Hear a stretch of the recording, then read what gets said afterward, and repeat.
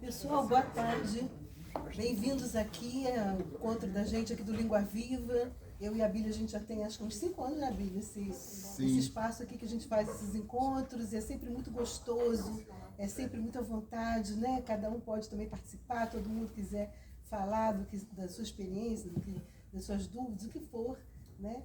E então esse encontro de hoje, então, é um encontro especial, né? Porque a gente está aqui celebrando esse feito do Abílio, esse livro que ele escreveu, maravilhoso, que eu já fiz um monte de propaganda do livro dele, mas aí depois eu vou falar mais, né? Então a gente vai botar um videozinho que é o Paulo sempre que prepara pra gente, né? Cadê o Paulo? Tá aqui, nosso Paulo. produtor cultural. É, o nosso produtor, divulgador, produtor cultural. Ele sempre prepara esse vídeo pra gente começar nossos encontros, né? Então a gente vai colocar e depois aí eu vou fazer umas perguntas para a Bíblia. Olha lá, hein, Maria. O projeto Língua Viva busca ser um ponto convergente entre linguagem, psicanálise e processo criativo. A cada encontro, os psicanalistas Marília Flores e Abílio Ribeiro Alves desenvolvem um aspecto específico da nossa língua. A arte intriga, faz enigma e provoca. À luz da psicanálise, são comentados os ângulos e caminhos em torno do ato de criação e da experiência de fruição da arte, tanto para o artista quanto para o espectador e leitor. Essa edição do Língua Viva, em 23 de setembro, às 16 horas, na Sala de Leitura da Cidade das Artes, falará sobre o livro No Sorriso do Teu Olhar, da editora Penalux, cujo autor é o psicanalista Abílio Ribeiro Alves, e tem a seguinte trama. Clarice recebeu de sua mãe um nome que homenageia a célebre escritora. Torna-se, a partir dessa nomeação, professora de literatura. Dedica-se à carreira, ao casamento, à maternidade e à antiga amizade de escola com Fábio. O seu mundo se mantinha estável e organizado até o anúncio de um inesperado divórcio. A princípio, ela reage com resignação e se apoia nos cuidados aos filhos, na profissão e na velha e querida amizade. Aos poucos, ela experimenta angústia, estranhamento e é atravessada pela questão: o que aconteceu com a mulher em mim? A partir daí, vai enfrentar um processo de redescoberta do seu feminino. O psicanalista Abílio Ribeiro Alves realizou sua graduação em psicologia e especialização em clínica psicanalítica pela PUC do Rio de Janeiro, atuando como coordenador do projeto Língua Viva, em parceria com a psicanalista Marília Flores. Hoje será entrevistado pela amiga de tantos encontros temáticos na sala de leitura da Cidade das Artes, Bibi Ferreira. Autor de Siboney, seu primeiro romance, publicado pela editora Verve em 2013, assim o escritor define sua relação existencial com este gênero literário. Escrevo porque gosto de ler. Para que se possa escrever, é preciso, antes de qualquer coisa, ler. Enquanto psicanalista, sou um leitor dos textos falados por meus analisandos. Escrever foi uma tarefa que me virou ao avesso, pois o romance é agora apresentado a partir do meu próprio texto. Antes que me perguntem se essa é uma obra de ficção ou autobiográfica, eu respondo: isso não faz a menor diferença. O autor só pode escrever a partir do real de sua experiência descontínua que toca seu ser. Por outro lado, toda pequena verdade que seja só pode ser dita como ficção. Muito bom, Abílio. Muito bom, Paulo, né? Ele conseguiu condensar tão bem, né? Obrigado. Paulo, adorei rever essas fotos de tantos encontros legais, né, que a gente teve aqui, né? tantos momentos legais, né, que a gente... Passamos pela pandemia, Foi. né? Isso Deixamos de estar aqui nesse espaço que tanto nos abriga, né? Essa nossa casa aqui, né? a nossa casa. A sala de leitura Bibi Ferreira. Mas eu queria comentar com vocês, assim, que o que eu mais gostei no romance do Abílio, né? Assim, estou elogiando, não é só porque ele é meu amigo, não, é porque realmente eu gostei muito, né? Porque é leve, né? A escrita flui, né? Tem várias dicas de lugares, restaurantes. Tem uma coisa preciosa que é a amizade, né? É quase uma ode à amizade, né? O quanto é importante na vida da gente a gente manter as amizades, né? Os amigos, né? Nos momentos difíceis, então você poder contar com a amizade, né? Que é muito bacana. E o mais importante que eu falei até com o Abílio, que foi a questão da transmissão do que acontece numa análise, né? Porque isso eu achei precioso, né? Que está no livro dele, né? Porque a gente é conduzido ali pela escrita do Abílio, a gente entra na cabeça da Clarice e vai junto com ela para o analista, né? Com as expectativas, né? Que ela tem em relação a esse encontro, né? E as palavras do analista, o efeito que isso tem sobre ela, né? E as mudanças que vão acontecendo lentamente com ela, né? Então, assim, somente alguém com muita experiência em psicanálise, com muita prática, que é uma coisa que a gente não adquire isso, né? No saber, né? Através da academia, ou saber, né? Um saber teórico, é preciso você viver essa experiência de um divã, né? Essa análise, para poder saber transmitir isso que acontece numa análise. E isso está no livro, né? Então, é uma aula de psicanálise que a gente tem, assim, de leve, né? Ao sabor da leitura e de tudo mais que vai acontecendo ali, né? Naquela leitura. Então, parabéns, Abílio, muito bacana essa transmissão, né? Porque é o que a gente tenta fazer aqui também, é transmitir a psicanálise, né? Mas, assim, realmente, assim, poucas pessoas conseguem fazer o que o Abílio conseguiu nesse livro, que foi trazer isso que se dá numa análise, né? E o efeito disso na Clarice, né? Na personagem principal do romance, né? Mas é interessante, né? A Marília está trazendo essa questão da experiência, dos anos, né? Na clínica, né? E é curioso, né, Marília? Obrigado pelas tuas palavras. Enfim, a gente já trabalha há tanto tempo, eu sei que o que você está trazendo é genuíno, é verdadeiro. Mas é interessante, né? Porque ao mesmo tempo que existe esse tempo, esse longo tempo que a gente se dedica à clínica, né? Mas ao mesmo tempo um esforço de esquecer, né? Porque é interessante que quando eu vou contar essa parte da história, quer dizer, quando Clarice vai buscar uma análise, né? É interessante que eu tenha podido também me deixar levar por onde ela me dizia que ela estava indo, né? Que eu não tivesse também já tão de antemão assim, digamos, algo já definido em relação ao que seria esse encontro da Clarice com a análise, com esse analista. É interessante que a gente precisa muitas vezes esquecer essa experiência, até para que a gente possa ali se encontrar com um inusitado, com um aspecto novo, né? Com uma surpresa, né? E me surpreendeu, né? É interessante porque Clarice também me surpreendeu quando ela foi se encontrando com essa experiência, né? Quando ela foi contando também a história dela, né? A partir desse encontro com o analista e com a análise. Então, eu também foi uma surpresa para mim. O personagem dele foi ganhando vida, né? Então ele foi ficando para trás, o autor, como acontece nos bons livros, né? Os personagens eles vão surpreendendo também, né? Eles vão ganhando vida, né? Isso é impressionante. Então, assim, eu fui ler, para estar aqui nesse encontro com vocês, eu fui ler o livro da Rosa Monteiro, que é A Louca da Casa, né? E a Louca da Casa é a criatividade e a imaginação, né? Então, assim, a Rosa Monteiro, ela fala sobre isso também, o quanto que o autor, ele pode ser muitos em um, né? Ela diz até assim, uma expressão que eu adorei, que ela fala assim, o romancista, ele é um ser meio descosturado, né? Então, que ele tem vários dentro dele, né? Então, assim, essa descostura, né?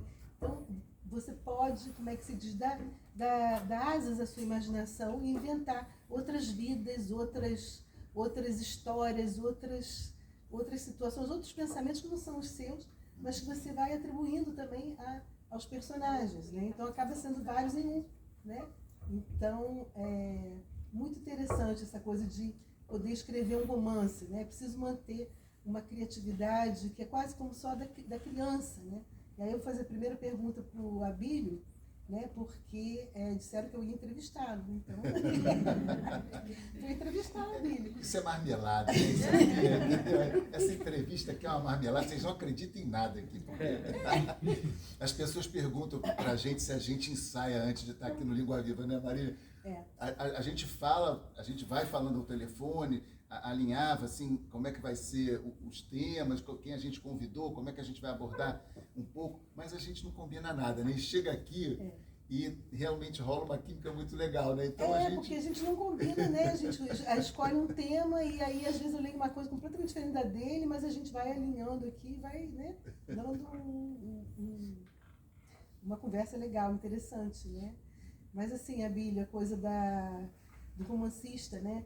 Porque, de uma certa forma, também o Freud vai falar isso, né? Que de uma certa forma somos todos poetas, né? Será que somos todos romancistas?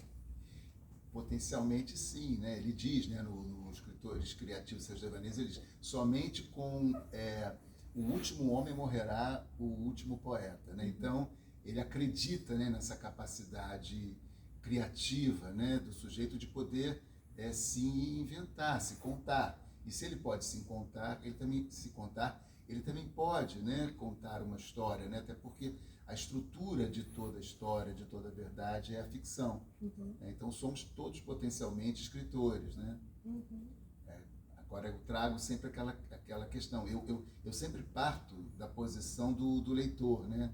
A posição do leitor sempre é a posição que me leva a escrever, né?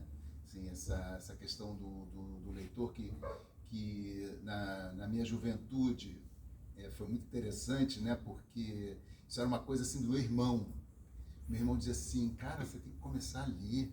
Você precisa ler, porque se você não ler, você vai ser uma pessoa que não, né? Você não vai, né, crescer, você não vai desenvolver a sua capacidade de pensar. Então você tem que ler, isso é um simplório, né? E tem aquela passagem de um texto meu que foi publicado sobre Machado de Assis, sobre Dom Casmurro, né? Que é interessante porque quando na escola a professora pediu que nós lêssemos Dom Casmurro, eu fiquei completamente siderado, eu fiquei completamente tomado por esse significante, Casmurro, que eu não sabia o que era, né? E naquela época a gente não tinha o celular para ir rapidinho ali, né, no Google e saber o que significava Casmurro, né? E eu estava enlouquecido porque essa palavra me pegou de tal jeito que eu não sabia o que fazer com ela, né? E aí, na ida para casa, no ônibus ainda, nós estávamos no ônibus da escola indo para casa, eu virei para ele e falei assim, cara, o que é Casmurro? Ele virou para mim e falou, Casmurro é você. Ou seja, né, ele não me resolveu nada, ele só me deixou um problema enorme que eu tive que resolver ao longo da vida, né, essas coisas que... Mas e de fato, a leitura do Dom Casmurro, né, de Machado de Assis, foi de fato o livro que me introduziu nesse desejo, nesse gosto, né, pela leitura. E eu penso isso, eu penso que cada leitor funda a obra que lê, né? Acho que cada obra é refundada, não haveria escritores se não houvesse o leitor. O leitor é que dá vida, né? A obra, né? A cada leitura não há um conjunto de leitores. Eu acho que a cada leitor, na sua peculiaridade, na sua, né, singularidade de leitura, de escuta também sobre uma obra, enfim. E outra coisa também que a Rosa Monteiro coloca, ela diz assim, sempre pensei que a narrativa é a arte primordial dos seres humanos. Para ser, temos que nos narrar. E nessa conversa sobre nós mesmos, há muitíssima conversa fiada.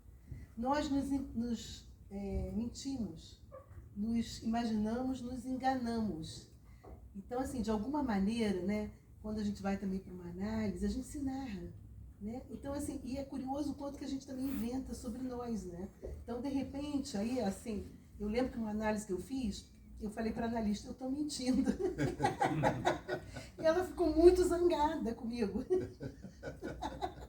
Mas era disso que eu estava falando, porque como eu fazia tanta ficção sobre mim, né? ia falando, dizendo como eu era, quem eu era, e eu fui me dando conta que eu estava fazendo muita ficção. Eu falei, eu estou mentindo, quer dizer, mas eu estava me inventando, né? Então, isso dentro dessa ideia de que somos todos também poetas e romancistas, né? Então a gente também se inventa, né?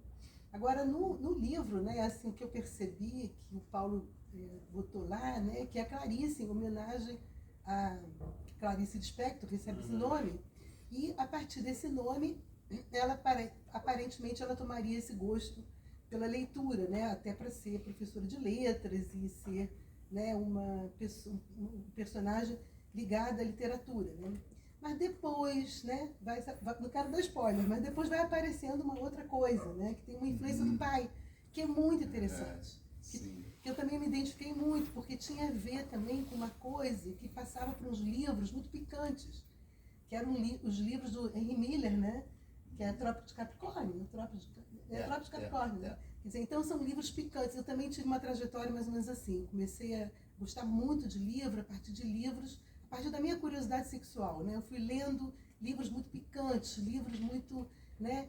E aí eu estava morando em Brasília, e nisso uma tia apareceu com um livro, que era O Último Tango em Paris. Eu tinha 14 anos. E esse livro era proibidíssimo, imagine, né? E quando ela ia passear, fazer turismo, eu ficava em casa, não queria ir de jeito nenhum, porque eu queria ler o livro. Aí eu botava ele com um papel pardo, que era como a gente encapava os cadernos naquela época, né? Escondia. Parecia que eu estava estudando. E eu estava lendo o livro O Último Tango em Paris, né? Então, assim, meu gosto pela leitura me vem muito por esse viés, né? Assim, né? Tipo Clarice, personagem do Abílio, né? Mas a outra pergunta, Abílio, é se o romancista, porque a Rosa Monteiro também vai dizer isso, né? Que o romancista é tal como um apaixonado. Ele fica o tempo todo, o pensamento dele sendo invadido pelo aquele romance, né? Então, assim, a semelhança, o que teria em comum entre o apaixonado e o romancista? Pois é, né? Que é essa necessidade, né? De uma ficção, da construção de uma ficção amorosa, né? A gente se funda no amor, né? E, portanto, não há como a gente escapar, né, de um romance. Nós temos que nos inventar e nos fundar num romance, né, no amor do outro. Né? É nesse lugar que a gente se funda. Então, o romancista é aquele que, de alguma maneira, encontra formas, né, de contar histórias de amor, né, mentiras de amor. Né? E tem a questão do amor e tem também a questão da morte, né? Porque a Rosa Monteiro, ela diz, né? A gente escreve contra a morte. A gente escreve a partir da nossa condição finita, né? Da nossa condição humana finita. Então, há também a presença, a questão da morte, que influencia bastante, digamos, o ato criativo, inventivo do autor, né? E o que eu entendi disso não tinha muito a ver com a questão de se eternizar através de um livro, né? Mas de também, por exemplo, assim, de quando você está criando, é como se você tivesse apaixonado, ou seja, então você fica naquele estado que é como se você não pudesse morrer, né? Como se você tivesse toda a vida do mundo, você fica inundado de vida. Né? Então, assim, escrever, né, pelo que ela coloca lá, e ela vai também procurar outros autores, né, tipo Ítalo Calvino, né, o Vargas Llosa, para saber que foram autores que falaram sobre o ato de escrever. Né? Então, eu achei super interessante ela dizer isso, né, que como um apaixonado, você fica inundado de vida quando você cria tantas vidas. Porque o Abílio, nesse romance aqui, ele coloca várias vidas, né? São vários personagens, né? Interessante, né? Porque são algumas patologias aí que visitam o autor, né? A questão da mania, né? Como Marília diz, em alguns momentos parece que o autor alcança assim, um estado de mania, né? Porque ele fica inundado, né? Completamente tomado pelaquela história, por aquela cena, por aquele, né, momento do romance, então é uma coisa maníaca, né? E também esquizofrênico, né? Porque são várias vozes. Descosturado. São várias vozes, né?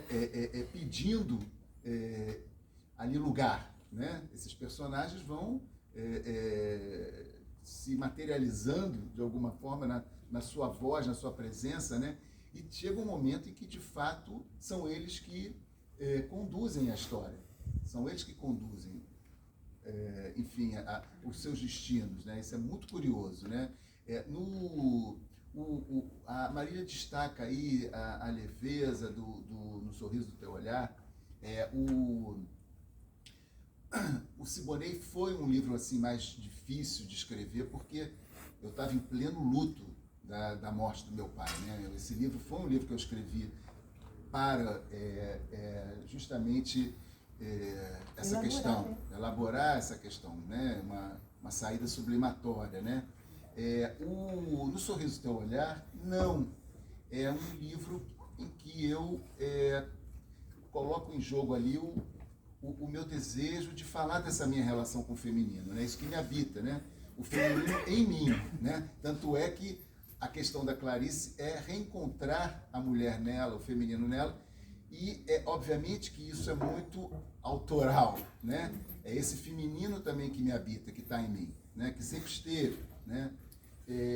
E, portanto, assim, era um livro que ele até num determinado momento ele teria, assim, talvez um teor mais dramático. Eu queria, em alguns momentos, fazê-lo mais dramático, mas a gente também passou pela pandemia, né? A gente passou pela pandemia e foi um momento muito difícil para todos nós, né? Passar pela pandemia foi, né? Outro dia eu ouvi uma coisa interessante, né? A pandemia foi um evento bíblico, né? Achei isso interessantíssimo, né? De proporções bíblicas, né? Então, assim, eu falei, bom, eu tenho que ceder, eu preciso incluir a pandemia no meu livro, porque como é que eu estou escrevendo um romance, né? Que eu vou lançar agora e a pandemia não está lá, né? A gente precisa falar disso, né? Mas, ao mesmo tempo, eu tive que fazer uma negociação. Não podia ser um livro também com uma carga dramática extrema, porque ninguém suporta, né? Ninguém ia suportar um livro tão dramático, né?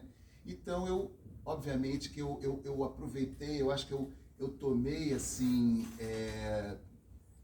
eu coloquei na Clarice aquilo que do feminino me convoca muito ao interesse, ao desejo de saber, né? Aquilo que me seduz muito no feminino, né? Quer dizer, a Clarice é uma personagem que por mais que eu tenha trazido uma história de alguém que se dá conta que está sofrendo muito, né? Porque há um momento em que ela se dá conta que está sofrendo muito, ela tem recursos, né? Ela, por exemplo, eu jamais teria condições, né, de escrever um romance como A Hora da Estrela, né? A Clarice não é uma Macabéa, né? Macabéa é aquela mulher que, enfim, que vem viver numa cidade que é contra ela, né? Que funciona contra ela, né? Uma personagem altamente complexa, interessante, e que é narrada por um outro personagem masculino, né?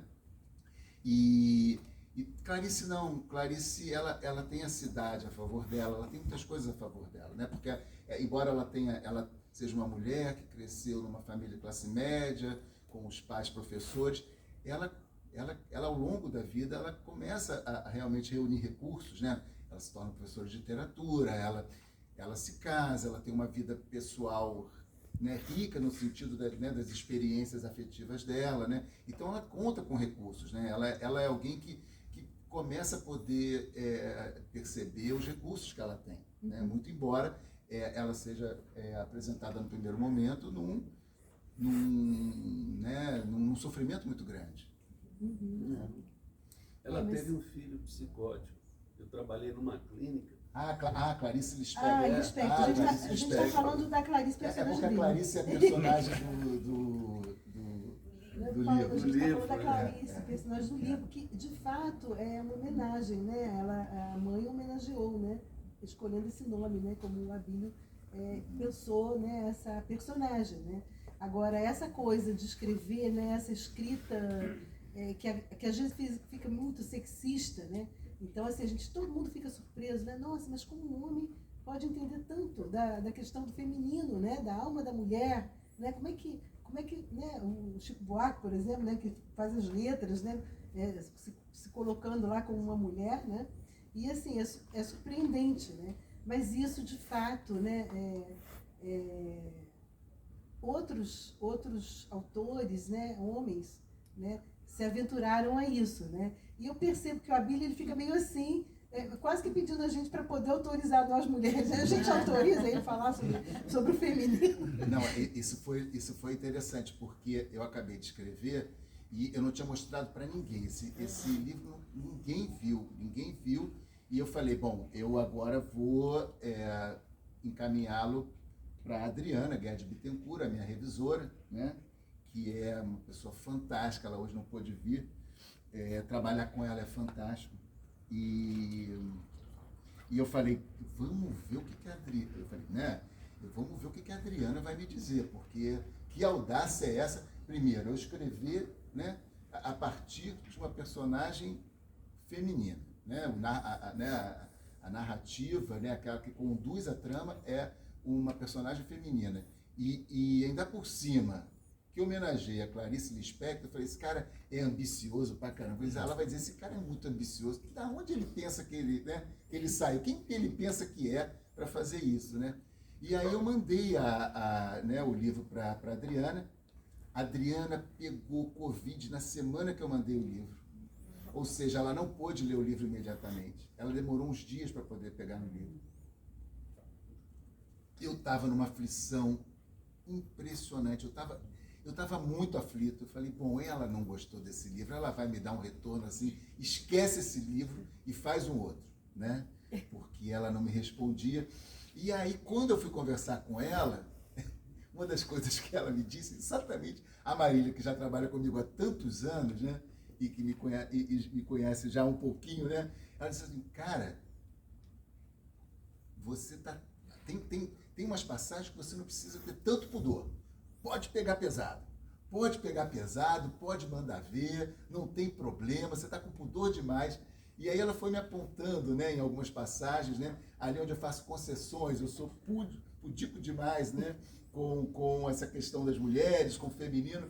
Então foi muito legal, né, porque esse primeiro encontro com uma leitora, né, que autorizou, né? Que autorizou. Ela disse, agora você vai levar essa história adiante, né? E em alguns momentos ela me ajudou, porque ela me marcou ali em alguns pontos, né?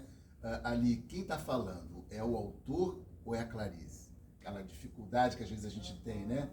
Eu como autor, homem, psicanalista, quem está falando aqui? Então, é muito legal, né? Essa parceria é sempre a segunda parceria que eu faço com a Adriana.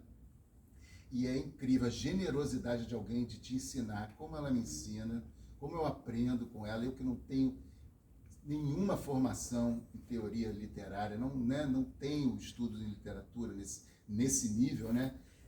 Como a gente pode encontrar alguém que, né, enfim, dialoga com a gente de uma forma assim tão rica. Então, queria fazer esse elogio porque a Adriana Guedes Bittencourt é uma figura importantíssima na minha escrita, porque é uma parceira, uma interlocutora incrível. Então, mas ela trouxe isso. Não, pode pegar um pouco mais pesado.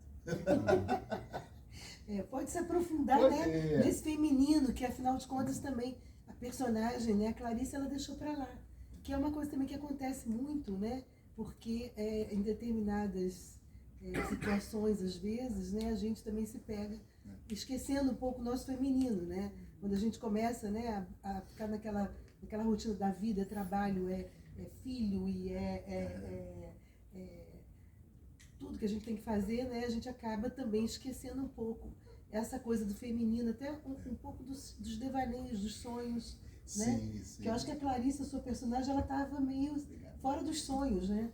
Então ela volta a sonhar. Exatamente. Ela volta a poder sonhar. Né? Então ela estava esquecida da praticidade, né? Então ela estava esquecida desse poder, né? Esse sonhar, esse devanear, né? Essa coisa imaginativa, criativa. Ela esqueceu a louca da casa, né? A Rosa Montero assim, uma minha grande interlocutora nesse livro, né? Assim, eu sou assim fascinado. O encontro com a obra dela foi foi arrebatador para mim. Então não é à toa que a Maria está falando bastante dela, que ela é uma interlocutora nesse livro, né? Não só a Clarice Lispector, enfim, que a gente sempre, né, é sempre bom poder recorrer, né, a ela. A Rosa Montero é também uma das grandes interlocutoras desse livro, né? E aí eu acho que por último, né, para a gente não encurtar aqui, a gente poder passar também por uma conversa, eu queria te falar sobre a questão do brincar da criança, né? Porque de fato, né, o Freud, quando coloca que os escritores criativos, eles mantêm algo do brincar infantil, né? Quer dizer, eles não têm aquela censura e aí eles conseguem fazer todo aquele mundo de faz de conta, né, que a criança faz, né? Sim, o Freud diz, né, que o brincar é sério nesse sentido, né? No sentido da construção lúdica, né, de você poder ali justamente poder se encontrar com essas próprias questões, né, que são da ordem da condição humana, né? Como uma criança, né, ela precisa começar a lidar com um mundo que vai aos poucos, né, lhe trazendo notícias disso, né? O que é estar no mundo, o que é ser um ser no mundo, né? Nos seus encontros e desencontros, né? Com aquilo que advém do real, né? Desse impossível de assimilar, disso que não faz sentido, né? Quando a criança começa a descobrir o que é da ordem do sexual e da morte, né? É interessante como as crianças começam a dar expressão a isso, né? Começam, inclusive, a fazer sintomas, né? Para que possam interrogar os pais sobre isso, né? Então, a criança também, de certo modo, vai ali, com seu brincar, descobrindo todo um universo, construindo ali também a sua historinha, né? E, obviamente, a partir dessa questão, né, do ficcionar, né? Da ficção. E porque é aquela coisa, né? Assim como Clarice também esqueceu um pouco do feminino, mulher, ela também pode ter esquecido um pouco essa coisa da ficção, esse brincar infantil, que às vezes a gente esquece mesmo, né? Essa coisa do poder inventar histórias, do poder brincar, do poder, né? Sem censura, nós adultos, podemos criar uma invenção, né? Uma ficção, né? Esses devaneios, esse brincar, né, infantil, né? Sim, e que eu achei interessante, né, porque eu me lembro quando eu li a obra do Fausto, que é dificílimo, né, eu li num grupo, porque sozinho é impossível, né, porque são 12.000 e sei lá quantos metros, né, então assim... Goethe, o Goethe, Joyce, só em grupo, né? Só em grupo, né, mas eu ficava o tempo todo pensando, né, do Fausto, ele criando, o Goethe, ele criando o Fausto e Mefistófeles, e ele... como se fossem dois bonequinhos, né? Que ele botasse assim, dois bonequinhos e ele ficasse botando ali a relação entre eles, né? Então, assim como a Abílio também deve ter feito com os personagens dele, né? Sim, esses personagens, eles precisavam de alguma forma interagirem entre eles, né? E aos poucos eu fui entendendo o que eles queriam, sabe? Eu fui assim, um pouco deixando que eles me dissessem por onde eles iam, né?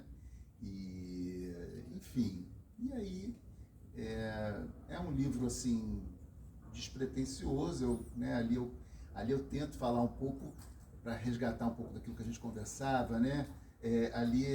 Eu tento um pouco falar um pouco do que é a clínica também, né? Quer dizer, é tão difícil porque quando a gente vai falar da clínica, geralmente a gente acaba incorrendo numa dificuldade, às vezes a gente usa uma terminologia muito difícil, uma conceitualização difícil, ou então ao contrário, às vezes, né, você também vai por um terreno em que você também banaliza demais algumas coisas, né, que a clínica tem um rigor, né, há um rigor, né? Então, assim, poder contar aquele encontro entre Clarice e o Ismael, o psicanalista, né, poder falar um pouco daquilo, o que é ali, né, um se encontrando com o outro, né, e isso que acontece no entre, né, uma psicanálise acontece no entre, né, ela não está no analisando apenas, nem no analista, ela acontece no entre, nessa outra cena que se constitui ali, né, entre esse encontro desencontrado. O sete, aquele encontro. Né? Então, assim, isso foi muito gostoso, né? De ver como a Clarice pôde contar, né? O que foi o encontro dela com essa análise, com esse analista, né? Que isso é bastante caro a gente que tem a clínica, que tem essa prática, uma prática tão difícil, né? Uma prática tão difícil porque Maria fala, né, dos nossos anos na clínica, da nossa experiência na clínica, mas é uma prática muito difícil porque a gente precisa, de fato, esquecer o que a gente já fez, o que a gente faz. A gente precisa poder ali ter uma escuta que nos surpreenda. A gente precisa olhar o outro realmente como alguém singular. Nós, humanos, nós sofremos mais ou menos das mesmas coisas, né? Assim, o sofrimento humano, ele se dá em torno mais ou menos das mesmas coisas, mas o modo como cada um de nós experimenta e pode falar sobre isso é que é realmente singular, né? A singularidade está nesse ponto, né? E o que é o sofrimento para cada um, né? Isso. Porque às vezes a gente não tem a menor ideia do que pode ser tão duro para cada um, né? Sim. Então, assim, essa escuta realmente, por isso que também era uma pergunta também para o Abílio, era assim, se essa capacidade, né, criativa também ajuda a gente na nossa escuta, né? Porque não dá para você não ter isso, né? Eu acho que eu preciso que você tenha aquilo que a gente fala assim, que onde estaria a arte, né, numa psicanálise, né? Nessa arte, né? Eu acho que também um pouco nosso poder criativo, né? Então acho que teria também a ver com isso, né? Eu acho que a psicanálise ela está mais próxima da arte do que da medicina, por exemplo, né? Mas enfim, isso é uma outra conversa. Senão a gente não sai daqui hoje. Gente, alguém quer falar alguma coisa? A gente está só nós falando aqui. Vocês falaram da morte, aí eu queria saber se o inconsciente ele passa pela morte. Pergunta difícil, hein, Paulo? O inconsciente ele se funda na própria incapacidade ou incapacidade não, da impossibilidade de você representar a própria morte, né? A gente sabe, né, da nossa condição finita, a gente sabe da morte, mas nós somos é impossível que possamos representar a própria morte.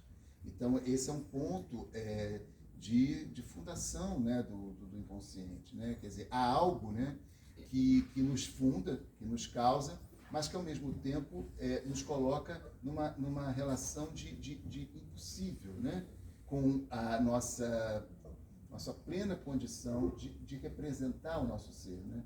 Porque nós não podemos representar no inconsciente a própria morte.